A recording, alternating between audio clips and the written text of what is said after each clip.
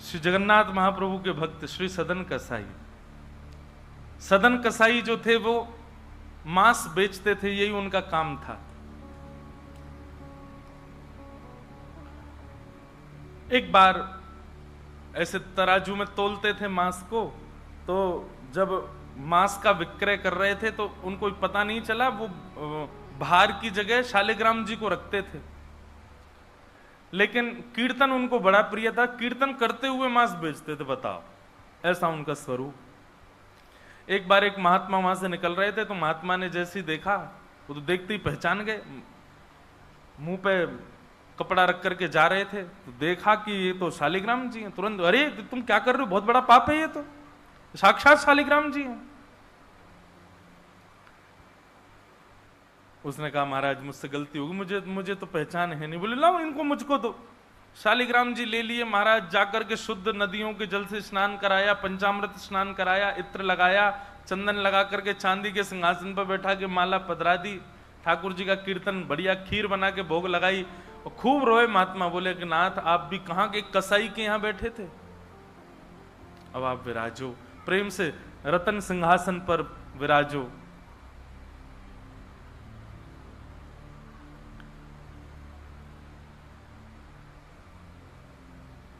ठाकुर जी विराज गए। रात्रि को महात्मा के स्वप्न में आए, और स्वप्न में आकर के बोले सुनो, सुबह होते ही हमको ले जाओ और हमको वो सदन कसाई के पास छोड़ के आओ। महात्मा बोले वहां प्रभु मांस बेचता है, वो आपको तोलता है, तोलने के लिए भार बना करके रखता है, आप उसके यहां क्या करेंगे। ठाकुर जी कह रहे हम जितना कह रहे हैं उतना करो बस। बोले नाथ ये तो वेद विरुद्ध हो जाएगा, ये तो शास्त्र विरुद्ध हो जाएगा, मैं आपको कैसे वहां छोड़ के आ सकता हूं। आपको वहां क्या सुख मिल रहा है, वो शुद्ध नहीं, पवित्र नहीं, उसका स्थान अच्छा नहीं, मांस विक्रय करने वाला व्यक्ति, महापापी व्यक्ति, वहां क्यों जाना है आपको। ठाकुर जी बोले कहीं पर हमको स्नान करने में सुख मिलता है, कहीं हमको सिंहासन पर बैठने में सुख मिलता है, कहीं भोजन करने में सुख मिलता है, कहीं माला पहनने में सुख मिलता है, सदन कसाई के हमको लुढ़कने में सुख मिलता है। उसके तराजू में जब वो तराजू से तोलता है तो हम इधर उधर लोटपोट होते हैं, हमको उसमें बहुत आनंद आता है, हमको छोड़ के आओ उसके पास ही। और वो मांस विक्रय करता है, चलो जो भी है, लेकिन जब उसके यहाँ तोला जाता है और वो तोलते समय हम लुढ़कते हैं तो वो कीर्तन गाता है, वो मुझे बहुत अच्छा लगता है, मुझे उसके पास छोड़ के आओ। न जाने कौन से गुण पर दयानिधि रीझ जाते। कभी कभी हमको ऐसा लगता है कि कुछ ना कुछ करते रहो बंधुओं, किसी से तो रीझ जाएंगे ठाकुर जी, कभी तो रीझेंगे, कभी तो उनको कोई ना कोई चीज तो भाएगी हमारी। इसलिए आशा मत छोड़ो, लगे रहो, कुछ ना कुछ करते रहो। पर एक बात, चतुराई से नहीं, जान करके नहीं, बिना जाने भोले बनकर, सहज बनकर के करते रहो, ना जाने किस भाव से रीझ जाए। सदन कसाई के पास महात्मा वापस आ गए और आकर के शालिग्राम जी देने, सदन कसाई बोलो नाथ यहां क्यों ले आए इनको दोबारा, यहां तो मांस बिकता हूं मैं, बहुत गंदा स्थान है ये। बोले धरो इनको अपने पास ही। ठाकुर जी रात में स्वप्न में आकर के कह के गए कि उनको तुम्हारे संग ही रहना है।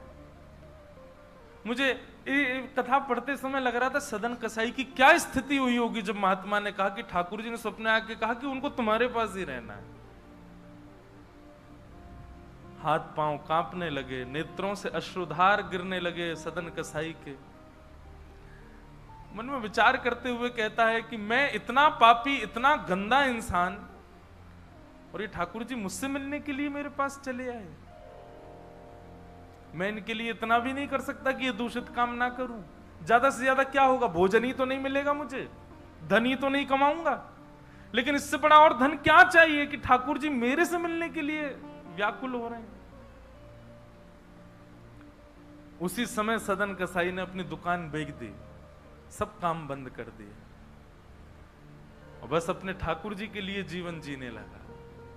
आप मुझसे मिलने के लिए तड़प रहे थे नाथ, अब मैं तड़पूंगा आपसे मिलने के लिए, मैं आऊंगा आपसे मिलने के लिए। और निकल पड़े सदन कसाई जगन्नाथपुरी की ओर। पूछा लोगों से, कहां है पुरी? लोगों ने दिशा बता दी। बोले वहीं विराज रहे हैं जगत के नाथ, वहीं विराज रहे हैं साक्षात नंदन नंदन।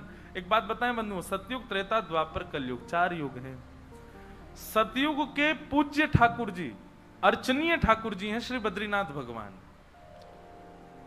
सतयुग के जितने भी लोग हैं उनकी मनोकामना पूर्ति हो, उनकी सिद्धि पूर्ति हो, उनकी अर्चना का केंद्र हो, उनकी साधना का केंद्र वो बद्रीनाथ ही है। सदन कसाई निकल पड़ा जगन्नाथपुरी की यात्रा पर। बस बार बार उसके मन में एक ही भावना आती है, आप मेरे से मिलने के लिए तड़पे थे, आप मेरे पास रहने के लिए तड़पे थे, मैं आऊंगा आपसे मिलने के लिए। और निकल पड़ा। कीर्तन की टोलियां जा रही हैं, वैष्णव जन नाचते गाते हुए जा रहे हैं।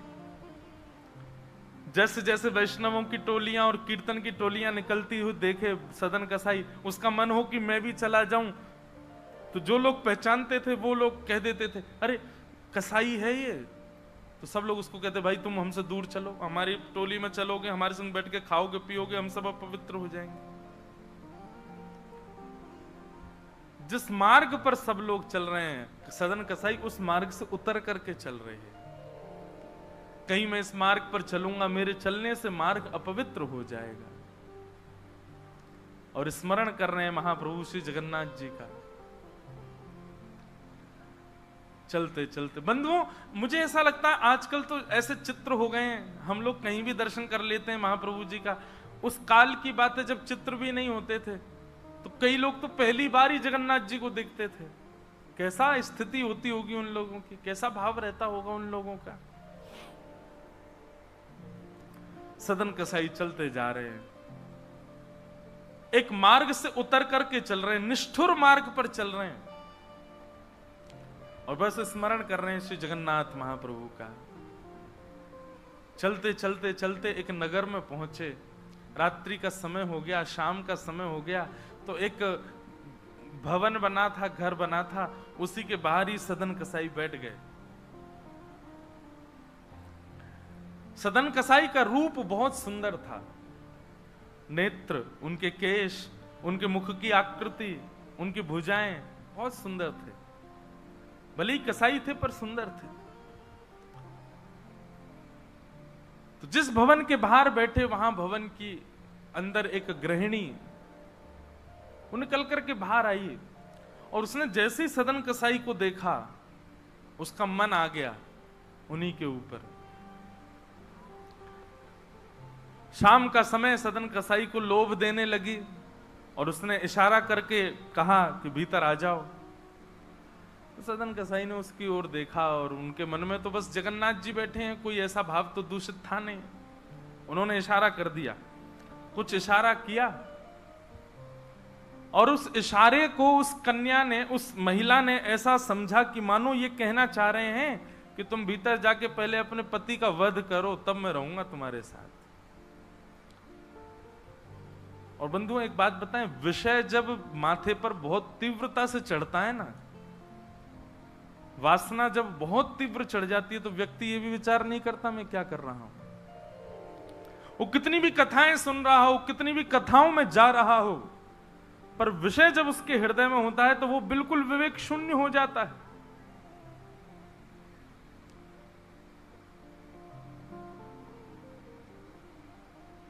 विषयों का मतलब, विषय भोगने से पाप कम लगता है, पर विषय जब सिर पर हावी होता है तो उस समय जो हम विवेक शून्य हो जाते हैं उससे पाप ज्यादा लगता है हमको।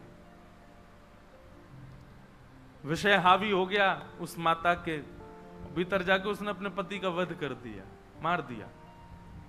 और बाहर आकर के सदन कसाई से कहा, अब तो चलो, मैंने अपने पति को मार दिया, चलो मैं और तुम ब्याह कर लेते हैं। सदन कसाई बोला, देवी ये तूने क्या किया? मैंने तो नहीं कहा था कि तुम मारो। बोले, हो तुम झूठ बोलते हो, तुमने ही तो कहा था कि उसका वध कर दो तब रहूंगा। अब तुम्हारे पास एक ही रास्ता, या तो मेरे साथ रहो, नहीं तो मैं सबको बता दूंगी कि तुमने मेरे पति को मरवाया है। पर जिनके हृदय में श्री ठाकुर जी विराजमान हैं, उनको अन्य किसी के लोभ की इच्छा नहीं होती। उन्होंने कहा ज्यादा से ज्यादा मार दोगी मुझको और क्या बदनामी होगी, सब होगा, लेकिन मैं अपनी स्थिति से नहीं हट सकता। और उन्होंने अस्वीकार किया। और हुआ वही, उसने हल्ला मचा करके सबको इकट्ठा कर दिया, मेरे पति को इसने मरवा दिया और ये आदि आदि सब कर दिया। सदन कसाई को बंदी बना करके राजा के सामने प्रकट कर दिया। सब लोग आ राजा के यहां उसको प्रस्तुत कर दिया, बंदी बना दिया। और बंदी बना करके कहा कि आप स्वीकार करते हैं कि आपने ये अपराध किया है इनके पति को मारने का? सदन कसाई कुछ नहीं बोला। बोले क्योंकि पक्ष तो पूरा उन्हीं की तरफ जाने वाला, मैं कितना भी मना करूं, मैं सफाई क्या दूंगा, मैं कैसे प्रस्तुत करूंगा, मैं विवाद कैसे करूंगा? वैष्णव का स्वरूप होता विवाद में नहीं पड़ता। वो चुपचाप खड़े रहे, बस मुस्कुराते रहे। बोले अब सत्य तो ठाकुर जी जानते हैं, मैं अब आपको कैसे बताऊं कि मैंने नहीं किया। मैं कहूं कि मैंने नहीं किया तो मेरे पास कोई प्रमाण नहीं है ना देने का कि मैंने नहीं किया। और प्रमाण देने के लिए, इकट्ठा करने के लिए, इतने प्रपंच में पढ़ने के लिए मैं नहीं निकला हूं। मैं तो जगन्नाथ जी से मिलने के लिए, आपको जो दंड देना है बस मृत्यु दंड मत देना, बाकी जो दंड देना है दे दो, मुझे जगन्नाथ जी का दर्शन करना है।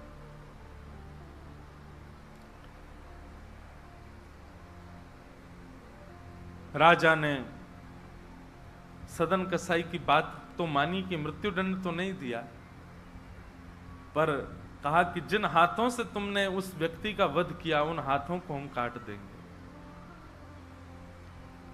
सदन कसाई बोले मैंने एक बार एक कथा में सुना है कि श्री जगन्नाथ जी की भी भुजा नहीं है, लो काट दो।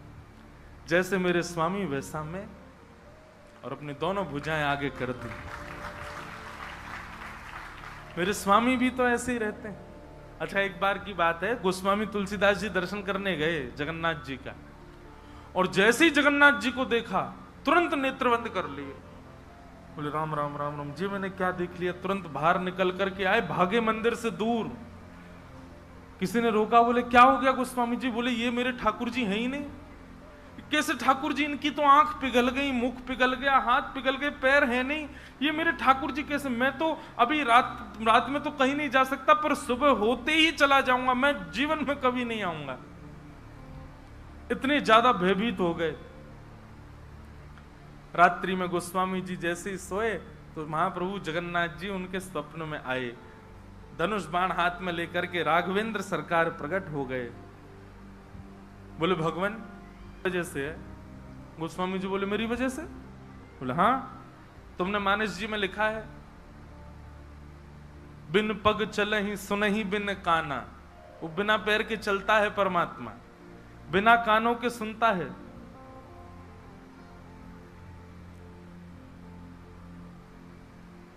निज कृत कर्म करहु विधि नाना। बिना हस्त कमल के कई सारे काम कर देता है। अब आपके पास दो ही तरीके हैं, या तो हमारे इस रूप को स्वीकार करो, नहीं तो चौपाई को जाके मिटा दो मानस जी से। तब गोस्वामी जी को भेद पता चला। जय हो भगवान, क्षमा करो मुझे, मैं तो आपके रूप को जान ही नहीं पाया। तो अगले दिन दर्शन करने गए, तब वही रूप, बिन पग चलहि, बिना पैर के चलते हैं। और ऐसे कोई दुनिया का ठाकुर नहीं चलता जैसे जगन्नाथ जी चलते हैं। कोई भी ऐसा प्राचीन मंदिर आप बताओ जिसका ठाकुर निकल के बाहर आता हो, पूरे वैष्णवों के मेला के साथ में चल के जाता हो, एकमात्र श्री जगन्नाथ जी। और सुनो, आप लोग कभी दर्शन करना, श्री जगन्नाथ जी मंदिर में जाओगे तो जो गरुण स्तंभ है, जहां पर गरुण जी विराज, सब लोग गले मिलते हैं, वहां पर उस गरुण स्तंभ के पीछे भोग घर है ठाकुर जी का। ठाकुर जी का जो प्रसाद है वो वहां रखा जाता है, गरुण स्तंभ के पीछे। और श्री जगन्नाथ जी कहां बैठे? भीतर गरुण स्तंभ वाला सभागृह, फिर उसके बाद एक सभागृह और है, फिर तीसरे गर्भगृह में वहां जगन्नाथ जी बैठे हैं। मतलब जगन्नाथ जी से और जगन्नाथ जी का जो भोग घर है, जहां पर भोग रखा जाता है, वो कितना दूर है? 1 2 3 तीसरी बेड़ी पार करके है। और आप कभी भी देखना, महाप्रसाद का भोग वहीं लगता है। ठाकुर जी को इतनी दूर रखा जाता है भोग, क्यों? बोले महाप्रसाद रखने के बाद में और मंदिर जब बंद हो जाता है थोड़ी बहुत देर के लिए, हम खुला भी रहे वैष्णव दर्शन करें, भोग घर का किवाड़ खोल देते हैं। इतनी दूर से ठाकुर जी कैसे भोग लगाते हैं? बोले आजान बाहु है ना, ऐसे भुजा करके ऐसे भोग लगाते हैं ठाकुर जी, लंबी लंबी भुजाओं से अपनी भुजाओं से भोग लगाते हैं। तो बिना हाथों के सब क्रिया कर रहे हैं, बिना कानों के सुन रहे हैं, बिना पैरों के चल रहे हैं। सदन कसाई ने अपने दोनों हाथ आगे किए और राजा के दूतों ने उनके हाथ काट दिए।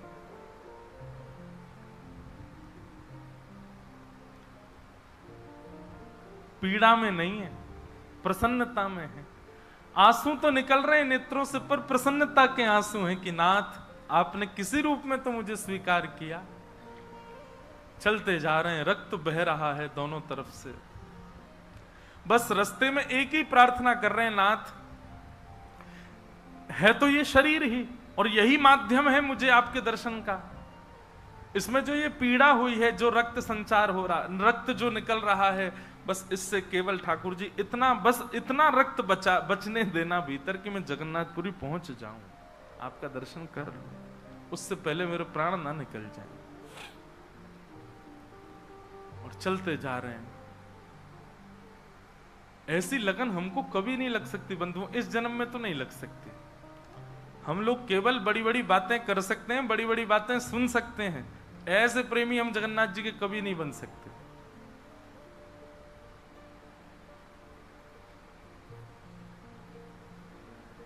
अरे हमारा कोई छोटा सा काम बिगड़ जाए तो हम जगन्नाथपुरी ना जाएं? अरे महाप्रभु जी ने तो मेरा ये काम बिगड़वा दिया। यहां तो हाथ पांव कटवा देते हैं वैष्णव ठाकुर जी से मिलने के लिए।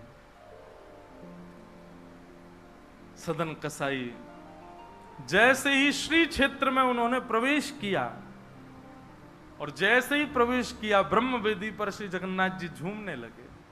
पुजारियों ने जाकर के कहा, महाप्रभु जी आज्ञा करें, आप इतने प्रसन्न क्यों हैं? बोले मेरा एक भक्त आया है, वो बेचारा बहुत कष्ट में है, आप लोग तुरंत पालकी लेकर के जाइए और उसको लेकर के आइए यहां पर। पुजारी सब पालकी लेकर के दौड़े और पुरी में प्रवेश कर रहे वैष्णवों से पूछने, अरे भैया महाप्रभु जी का कोई भक्त आया है क्या? महाप्रभु जी ने पालकी भेजी है उसको ले जाने के लिए। महाप्रभु जी आज बड़े प्रसन्न हैं, उनका कोई परम वैष्णव भक्त आया है। तो सदन कसाई ने जैसे ये बात सुनी कि पुजारी हल्ला कर रहे हैं, कोई बहुत बड़ा भक्त आया है, महाप्रभु जी ने उसके लिए पालकी भेजी, तो सदन कसाई इतने खुश हो गए, बोले आज ठाकुर जी के दर्शन तो होंगे, उनके एक प्रिय भक्त के भी दर्शन हो जाएंगे, कितना मेरा सौभाग्य होगा। और रही बात, मैं तो बहुत बड़ा पापी हूं, मैं तो रास्ता भर यही सोचता आ रहा था कि मैंने इतना पाप किया, इतना मांस बेचा है जानवरों का, महाप्रभु जी पता नहीं मुझसे नाराज होंगे, पर आज लगता है कोई परम वैष्णव भक्त आया तो महाप्रभु जी का मूड बढ़िया होगा, आज प्रसन्न होंगे। तो प्रसन्न मुद्रा में ठाकुर जी बैठे होंगे, तब मैं दर्शन करूंगा तो मेरे सारे अपराधों को क्षमा कर देंगे। वहां तो भीड़ लग गई पालकी के पास में, बोले हम हैं परम भक्त, और वो सदन कसाई दूरी खड़े हैं, बोले इनमें से कोई होगा जो पालकी में बैठेगा, आज पहले उसको प्रणाम करूंगा फिर महाप्रभु जी को करूंगा। वहां तो इतनी भीड़ लग गई कि पंडा पुजारी पालकी लेके जान बचा के भागे वहां से, क्योंकि सबको लगता है कि हमसे बड़ा भक्त तो कोई है ही नहीं। पालकी खाली लौट करके आ गई। महाप्रभु जगन्नाथ जी बोले तुम खाली आ गए, लेके नहीं आए उनको? बोले भगवान आपके एक दो भक्त तो है नहीं, वहां तो हजारों भक्त, एक पालकी उसमें कितनों को बैठा किया है, सब चढ़ने लगे, बोले हम हैं भक्त, हम हैं भक्त। आप कोई संकेत बताओ, आपके भक्त का कोई लक्षण। श्री जगन्नाथ प्रभु के नेत्रों सजल हो गए, बोले मेरी तरह उसके भी हाथ नहीं है, जो आया है वही है मेरा भक्त, उसको लेके आओ।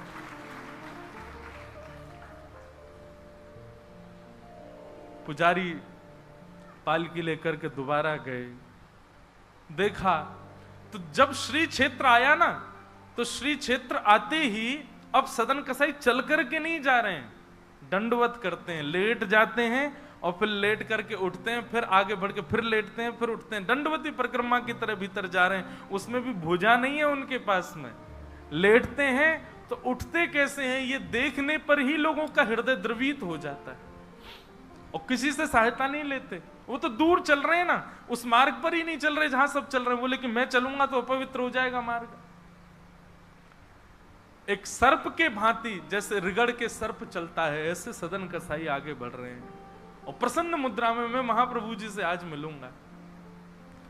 पुजारियों ने जाकर के जब उनकी स्थिति को देखा, कोई अपने नेत्रों के आंसुओं को रोक नहीं पाया। बार बार महाप्रभु जगन्नाथ जी को प्रणाम करें, कितने दयालु हैं नाथ, कितने कृपालु हैं आप। सदन कसाई को जाकर के पुजारियों ने उठाया, बोले चलो महाप्रभु जी ने तुम्हारे लिए पालकी भेजी। सदन कसाई बोले आपको कोई गलत सूचना मिल गई, मैं नहीं हूं वो भक्त जो इसमें। बोले नहीं तुम ही हो, ठाकुर जी ने आज्ञा करके भेजा है। सदन कसाई बोले अगर मैं पालकी में बैठा तो मेरे अभी प्राण निकल जाएंगे। आप सबसे प्रार्थना है मेरी, मैं महाप्रभु जी की आज्ञा स्वीकार करता हूं, मैं आपके संग चल दूंगा, लेकिन पालकी में नहीं बैठ सकता। चलने लगे, बस इसी बात से प्रसन्न है कि महाप्रभु जी ने मुझे स्वीकार तो किया। और जैसे ही सिंह द्वार पर पहुंचे और दंडवत करते ही जैसे ही श्री पतित पावन भगवान, सिंह द्वार पर ही श्री पतित पावन भगवान है, बाहर ही उनका दर्शन हो जाता है। उनको देखा, देखते ही बोले ये पतित पावन भगवान है, श्री जगन्नाथ जी के ही समरूप हैं, पहले इनका दर्शन करते हैं फिर जगन्नाथ जी का दर्शन होता है। जैसे ही दंडवत किया, अभी तक तो उनको ग्लानि नहीं थी कि मेरे हाथ नहीं है, पर अब दंडवत करते समय उनको तनिक एक ग्लानि सी हुई, काश मेरे हाथ होते तो मैं भी ऐसे दंडवत करता, दोनों भुजाएं आगे कर लेता। और इस भाव से जैसे जो शेष भुजा थे थोड़े से, उनको आगे करके रुदन करने लगे सदन कसाई। इतने में ही उनके भुजा निकल करके आ गई और ठाकुर जी ने भुजा प्रदान करके उनके दंडवत को स्वीकार किया। श्री जगन्नाथ महाप्रभु की। ऐसे महाबाहो, ऐसे हमारे महाप्रभु श्री जगन्नाथ, वो ये विचार नहीं करते हैं कि आप कौन हो क्या हो। कि आज मुझे एक व्यक्ति ने